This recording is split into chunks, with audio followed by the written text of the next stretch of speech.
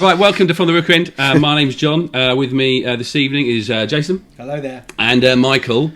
I don't like not being at Watford games. But so far, this is one I think has made a decent choice to stay in Hertfordshire instead of being Lancashire. But there you go. Yeah, hi. Hello. We're doing a Facebook Periscope live as we record the podcast. Your Periscope, your Facebook, and the podcast is over there. The half time has just started, and the first half of Watford away to Burnley has come to an end. And so far, half time is markedly better than the first half. I think it's fair to say. Jason, what's going on? We're not keeping hold of the ball for starters. I think our passing when we've got it has been a bit slack. They're putting us under a lot of pressure, and we don't seem to be able to cope with it. We're getting frustrated. We're getting flummoxed. We've seen Holobas and Pereira get booked for having a go at the ref/linesman/assistant referee, whatever you want to call them, which is silly yellow cards. That's exactly what we were worried about going into the game with Burnley, wasn't it? How are these players going to perform? When it's a perceived lesser team, and B, if it's not going as well against that perceived lesser team. And I think those, if it were two players who are going to talk themselves into a booking in a game where things aren't going for you, it was those two. Frustrating, isn't it? The bit though, I think I said last week, not that I was expecting it, but I didn't want Watford to come across as arrogant, as in, we beat Manchester United, so of course we're going to beat Burnley. Don't feel that. I think Burnley are the ones. Burnley won their A game. It feels like they're suffocating us. It feels like we can't get hold of the ball at all in midfield. I mean, sort of in the build-up, you think they usually play sort of 4-5-1, and they're going to be sort of pumping balls forward to that striker. But hasn't been the case, has it? They've flooded midfield really, and they've spent the whole time pushing Watford back, and we haven't been able to clear it out of defence. When we have managed to get it into the midfield, we've been too rushed, and we haven't been able to break through at all. It's been difficult watching, but I think we knew that it'd be very naive if we thought that we were just going to come and play our way straight through Burnley. This is a game that we've said for a couple of weeks they will have identified as something. They will expect 3 points from it. They will need 3 points from it. When the fixtures came out, they were like, right, Watford at home, we've got to win that one. John, you said Burnley bought their A game. To be honest, I don't think they've had to. They haven't looked overly impressive. They've looked better than us, and that's it. And it's not been great. Nothing stuck to Igalo. I think every time he's got the ball, it's pinged off him. Barami's passing has been a bit loose, a bit slack, and they've not been any worse than the rest of the team. I think it's not been good.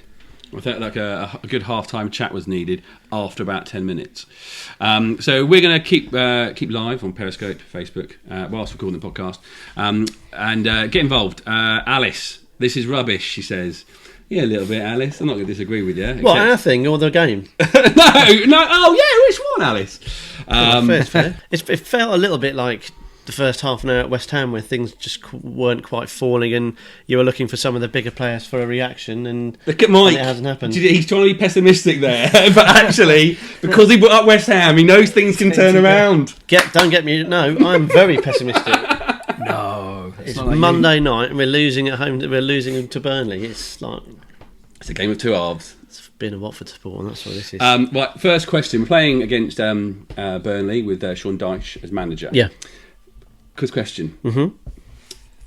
A, what team was his last game, did Watford play in his last game in charge? B, who was his starting 11? Cool, blimey. So in goal. Jason, who was in goal? In goal would have been Thomas Kuszczak. No. Steve Sherwood? Richard Lee. No. Loach, yeah. In defence. Doyley? Yeah. Nozza. Hodson? No. Oh, this is really difficult. Put us on the spot. I'm looking to Facebook and Periscope for help here. Yeah. So Doyley, Nozza, Taylor. Martin Taylor. Go on, John. Put us out of our misery. Hoban. Was Tommy playing? No. Who's in midfield? I'll get. There's like 10 bonus points. Yates. Gotta be. Kitely? No. Kite was in my Christmas. Yates. Sean Murray. Yes. Okay. Mike, your favourite? Eustace. Johnny Hogg. Yes. And royalty. We've already said Eustace. No. And this shows how far we've come. Troy Deeney. No, he was up front. Royalty. Oh, Prince Boabin. Prince Boabin was in there. And the Well Let Me Up Fun. Which really does show how far we've come since Sean left. Mike, you wrote a piece on ESPN FC about Sean. Wait, hang on. We didn't go for the last. Who it was?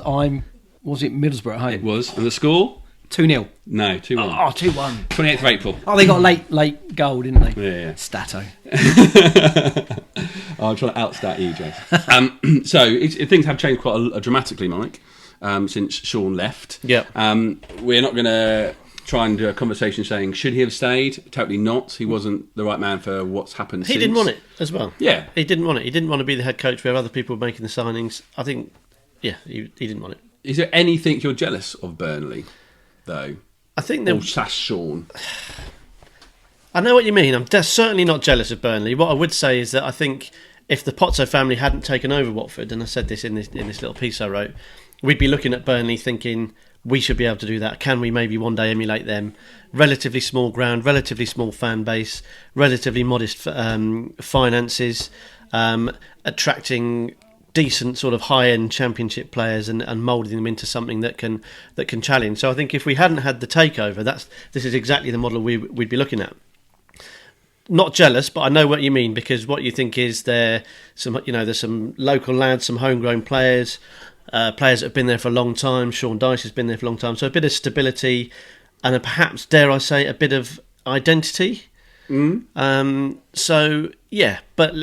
despite what's happening on the pitch today, I think Watford are, as a club, streets ahead from Burnley at the moment. That may well change. They're in the Premier League now. If they can stay, they can obviously spend the money and attract players. But I think Watford are miles ahead of them in terms of where we are as a club and where the owners want them to be.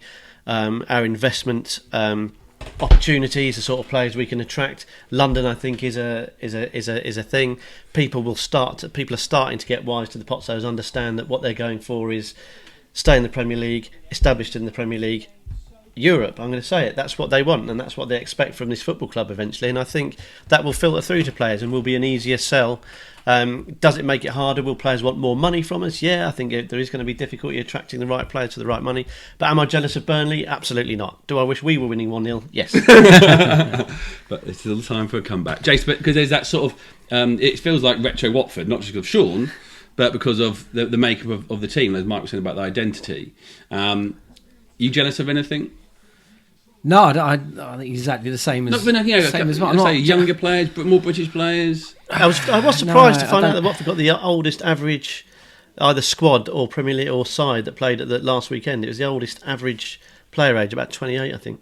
Really? Yeah, so I thought it was quite interesting. Very unlike Watford, certainly, of the last decade. Gomez probably accounts for half of that.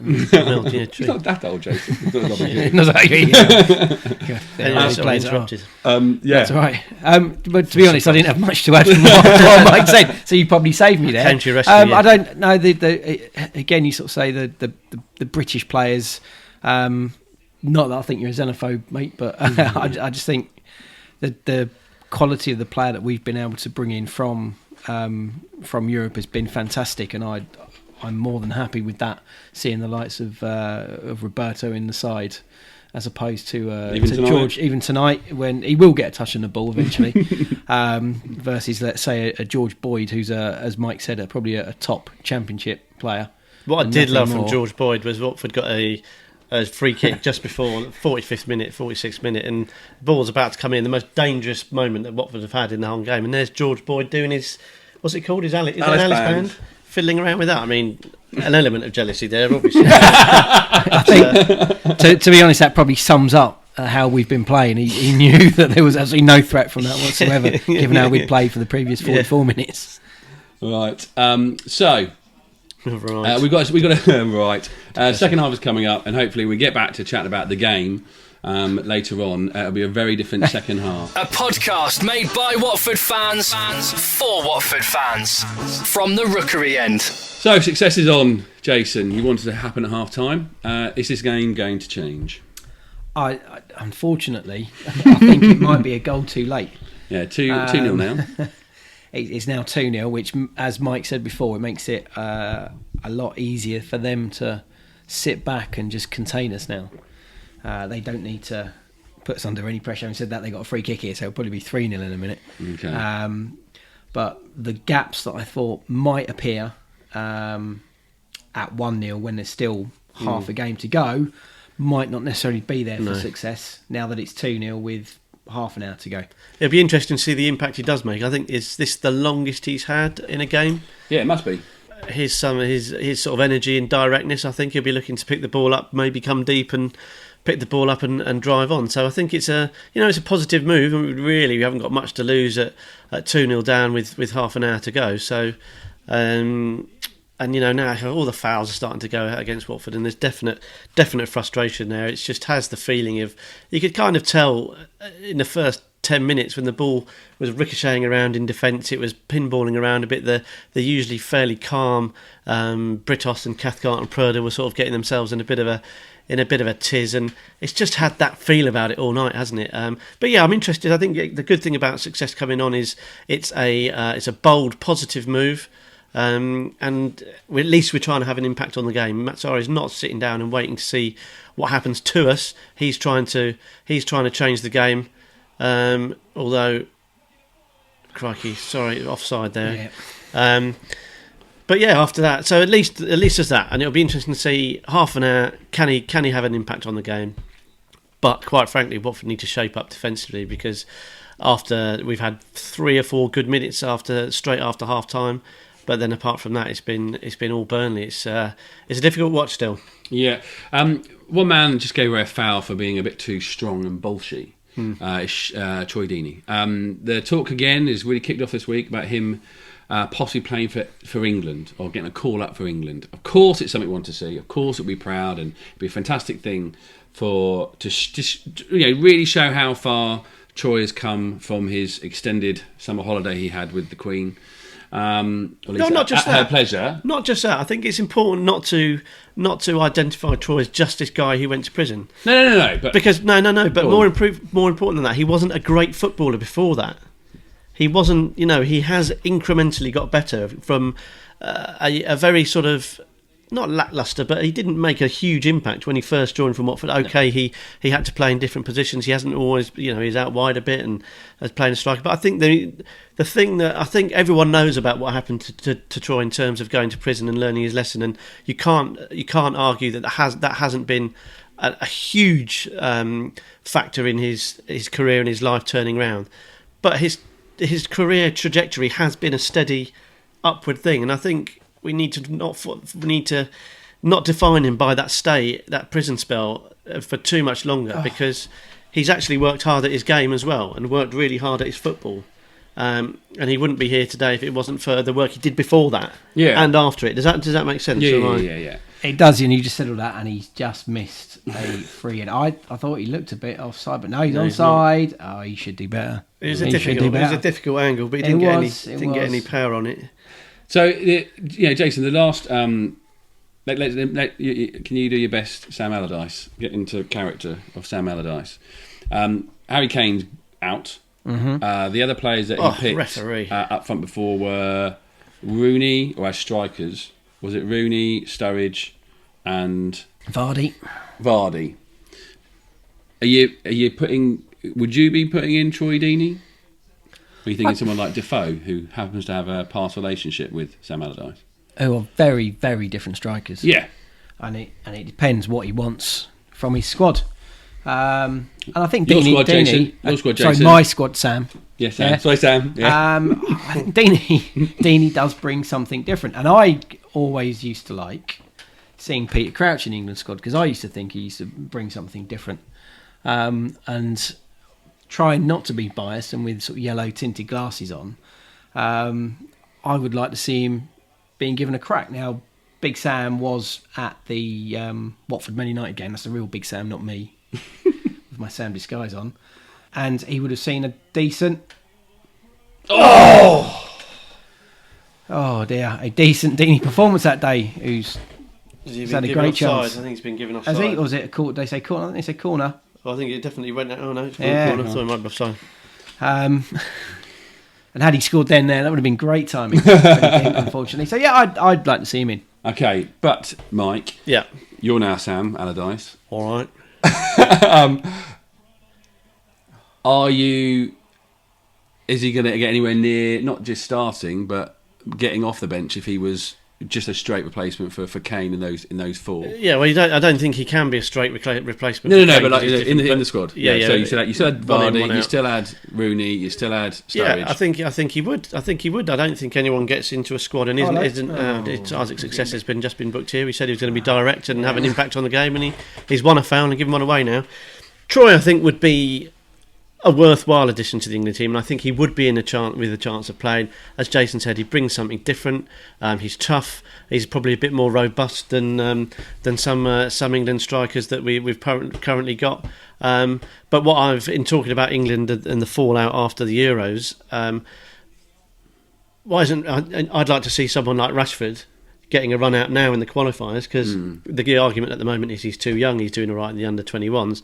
Well, in 2 years' time, he'll be 2 years older, and that's when we'll be playing in the actual tournament. So what better chance than to get him involved now, get him used to international football, home and away.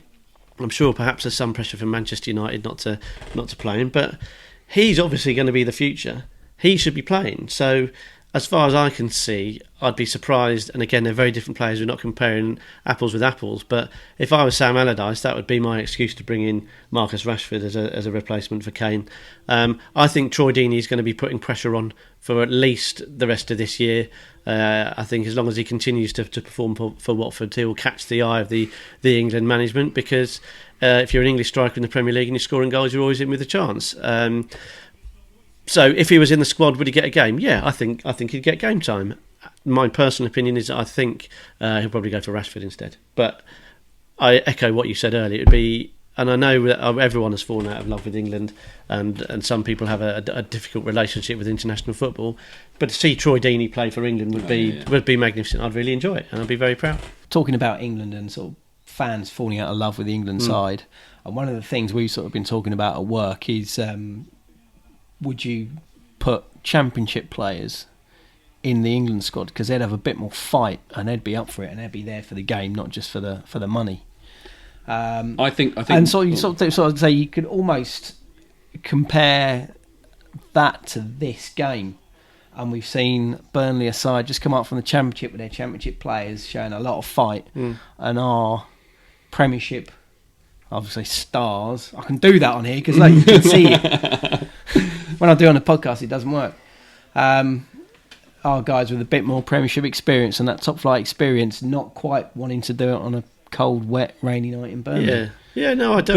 But I think what I do want to see from Big Sam, and what I would like someone like Troy Deeney in that team, isn't I don't want to completely change the England team from Premier League players to Championship players, but you want a few.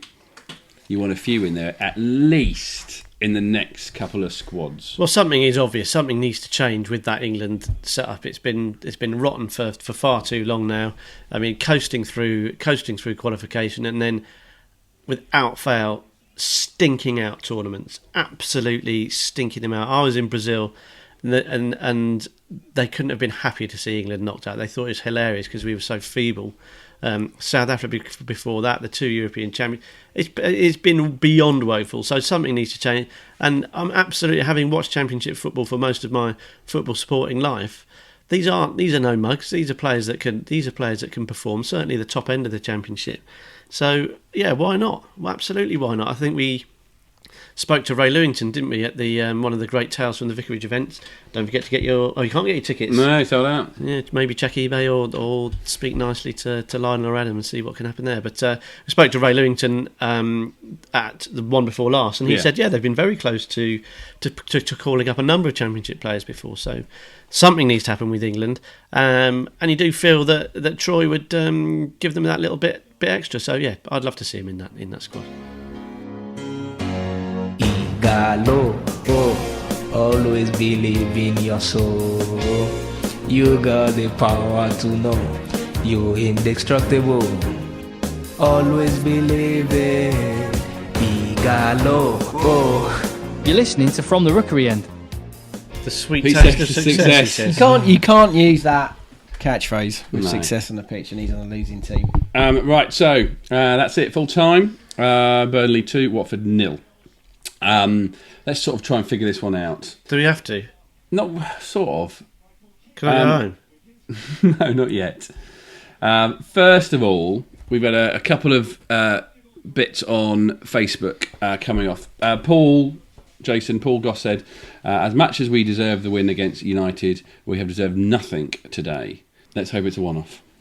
Yeah, I absolutely, totally agree with Paul there. We deserve the win against United. We deserve nothing tonight because we were so poor. Let's hope it's a one-off. Let's do. And I think the guys have got a chance to prove that it's a one-off when they come up against Bournemouth on Saturday. Was it, Mike, a bad Watford? A good Burnley? Burnley set their stall out early, set the tone for the game. Watford never ever got into it. So we were just talking to Jason before we started this section of the podcast, and I said, "Is it too simplistic to say that Burnley played well?" And yeah, it is, because Burnley did play well. They obviously had a plan for what they wanted to do: flood the midfield, deprive of any space, not let us settle, which they did very well.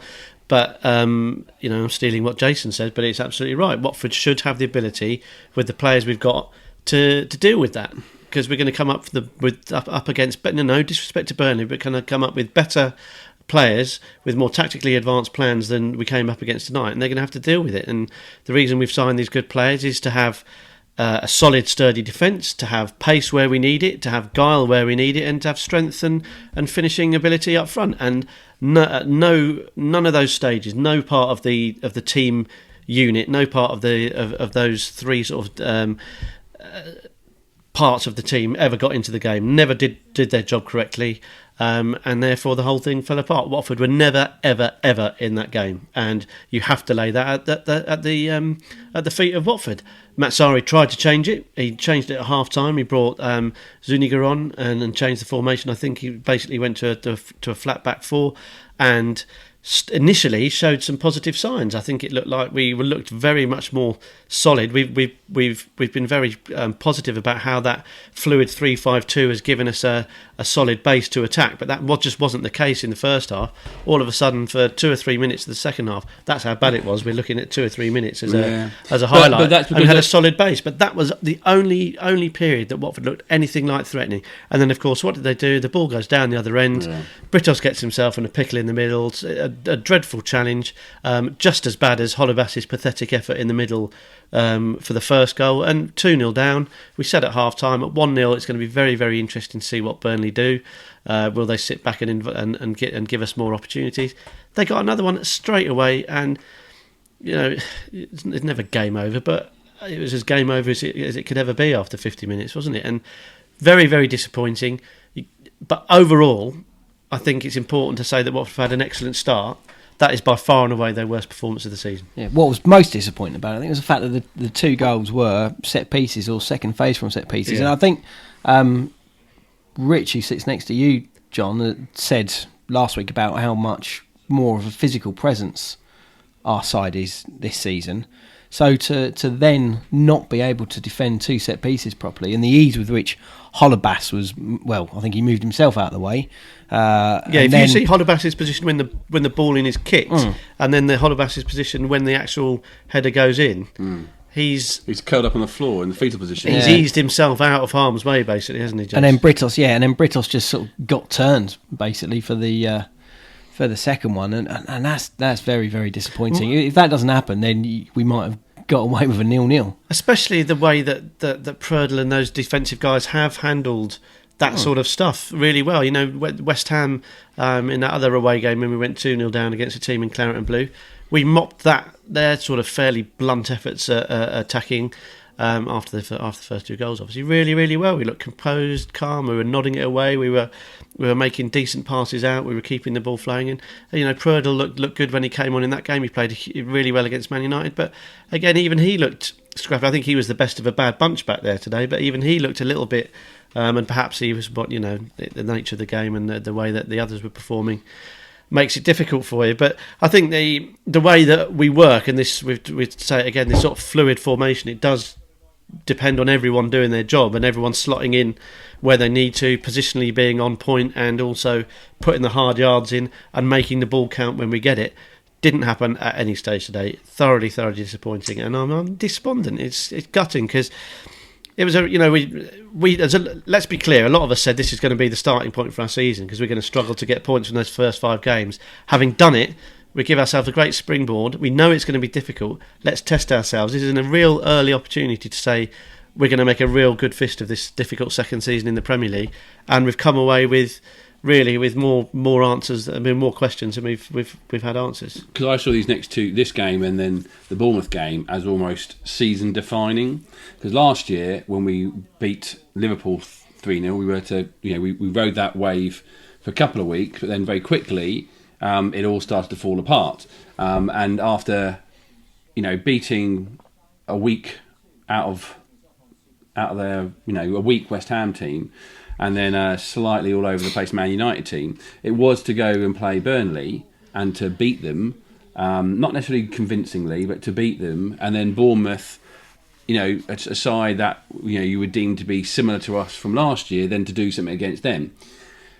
You hope that the Man United game, the team say to themselves, we can do this, we can beat these big boys, and this is the wake-up game that actually West Ham so far have had, but done nothing about. No, I think that's too simple to say. A wake up. That's feeble, isn't it? Really, to think that they shouldn't. This game should have been. They should have gone into it with as much confidence as they did with Man United and West Ham, but with as much focus, if not more, to drive home that advantage. These guys are professional footballers playing in what's supposed to be the best league in the world. You shouldn't need a wake-up call. You should be, you think about United under Fergie or Man City under Pep this season. They won't be losing to the lesser teams because they're sort of their focus isn't 100%. There's absolutely no excuse for. You have off days. I mean, with Watford Sports, we've seen more off days than we've had on days. Let's not get too over the top. But they didn't play well, and I think I'm one usually. I'll stick up for Watford and I'll try and find excuses and. We can sort of half joke and say, yeah, we saw this coming, we beat the tough teams, and then go away to a perceived lesser side and throw it all away, which is a very Watford thing to do. But it's not really good enough for that group of players who are, I think, markedly better than what we had last year. We've built ourselves an excellent platform, and we've kind of given it away there.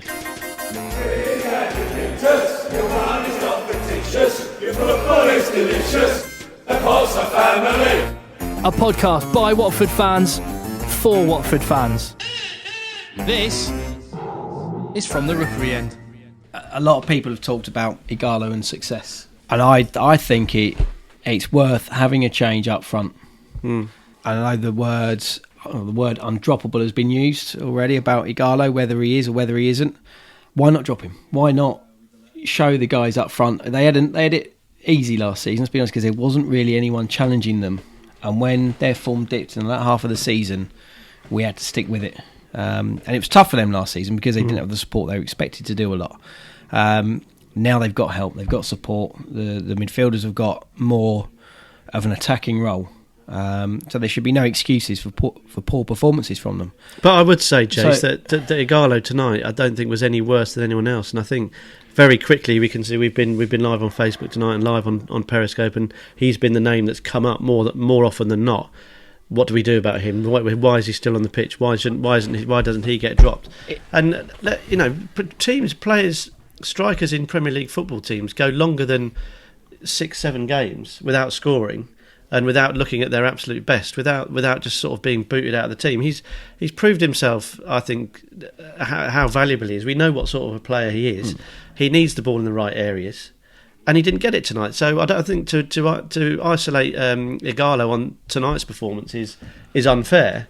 I think if what you're saying is we need a fresh injection to freshen up the whole side, then that's different to dropping Ighalo, if you see what I mean. Yeah. That's changing the team. So changing it rather than the words, but do you know the what semantics. I know what you mean. But dropping him seems more like a punishment for a crap performance, and I think that's unfair. I was going to follow up with, could it be?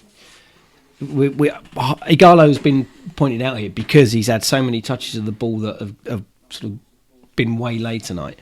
But then is that because he's been involved more in the game than Deeney and Pereira? Yeah. Pereira got hooked quite rightly because he got booked for being petulant, and then tried to do it again. Did another. There was another bad foul from him. Yeah. So yeah, his performance wasn't great. Barami again, not a great performance from him. His passing was sloppy, missing tackles, not great. There's a comment just came up there about Igalo, that it's not just about tonight. What do you think of that?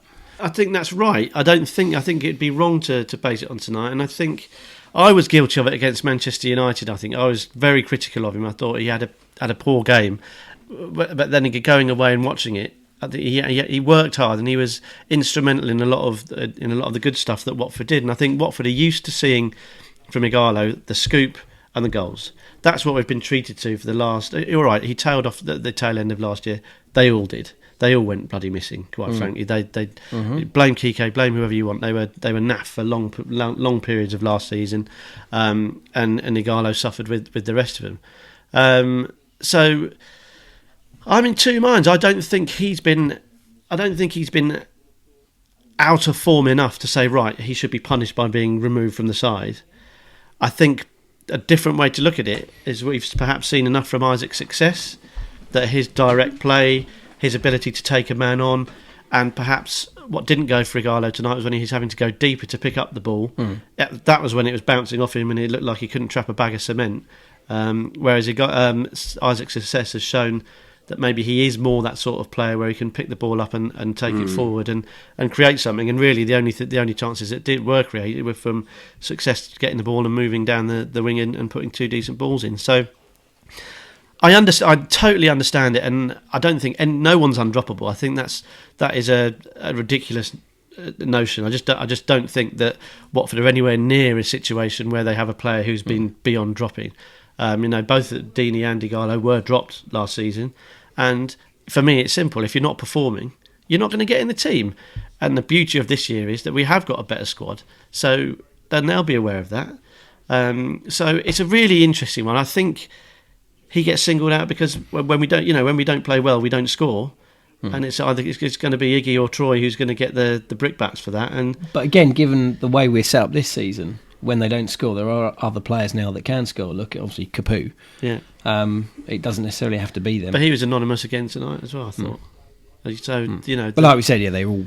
So a lot of them were. It's almost one from a performance point of view. They have to scrub it. But that's Matsari, and I guess that's the question that we need to answer. Matsari needs to decide whether, right, bollocks to it, it's gone, let's forget about it, let's build on what we were working on, let's go back to what we did against United, West Ham, the better things about Arsenal, the good performance at, we should have beaten Chelsea, got a great point at Southampton. Let's go back and we don't need to throw away the start of the season just because of one crappy result against Burnley. It's come through on Facebook and Periscope. That was mirror image of the Swansea performance last year, and it was. What we need to make sure is that the reaction is better. And that's the decision we have to make. Do we need wholesale changes? My opinion, as it stands, would be no. I think that formation has worked well for us in the main. I think Burnley had to play a certain way because they've got their own limitations. The obvious concern is if a team with limitations can shut us down so easily, what can someone else do? I don't think Bournemouth would be interested in doing that. They're going to look to play football like we will, and I think we might see one of the better Watford-Bournemouth clashes that we've seen in recent years this coming weekend. Another 6-1 would be nice. It would, wouldn't it? We need to bounce back. And, Matsari is going to have to earn his money this week. Interesting point from James Coney, who said Kabul needs to come in for Britos for Bournemouth. Britos was poor tonight, but what? Well, one of the centre-backs is going to get sent off. So who are we going to happy to be without for 3 games? Who's going to be the sacrificial lamb? Kabul hasn't... What was his debut was against Arsenal, wasn't it? But in a very much changed back three. I thought he struggled in that game. I think he grew into the West Ham game, and so I'm not 100%. I'm not 100% taken with. I think he's a great signing. Don't get me wrong. I think he's great to have in the side. I think the guy for me who's looked a little bit out of his organised self has been Cathcart this year. I don't think he's necessarily hit the heights he has, but the problem with Britos is I think he's a great footballer and I think he is a great defender. He switches off far too often. He gets caught out, and we've seen a couple of sloppy balls tonight. We saw a couple last week, and they're a bit of a theme. So they've all got their kind of little foibles, haven't they? Those. I think Prödel's been the most consistent when he's been on the pitch. I love Britos as a footballer. I think he's great to have on the field. Kabul, you kind of know what you're going to get. Prödel, you know what you're going to get.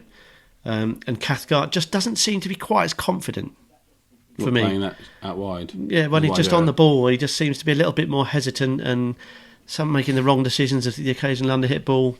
And again, I think we're all miserable because we've just been thumped basically by Burnley, and I think we've got to be careful not to throw the baby out with the bathwater. No. It has been a good start, and everyone has performed well up until tonight. I think all of them were I guess 5 out of 10s tonight. I'd probably say. So make of that what you will. But I think when this happens, it's the reaction that's the most important thing. Let's see what that reaction is. Come next Saturday at home to Bournemouth. We'll do another podcast then. Thank you much for listening. Do subscribe via iTunes if that's what you do with your iPhone or any other sort of podcast catcher that you might use. Thank you to everybody who's interacted via Periscope or via Facebook. We might do some more videos. Do we have faces that really want you to do more videos? You'll make your decision on that one. But it's a 2-0 defeat away at Burnley. It's a slightly low key, but come on, you Orns! Be better, Watford. Be better.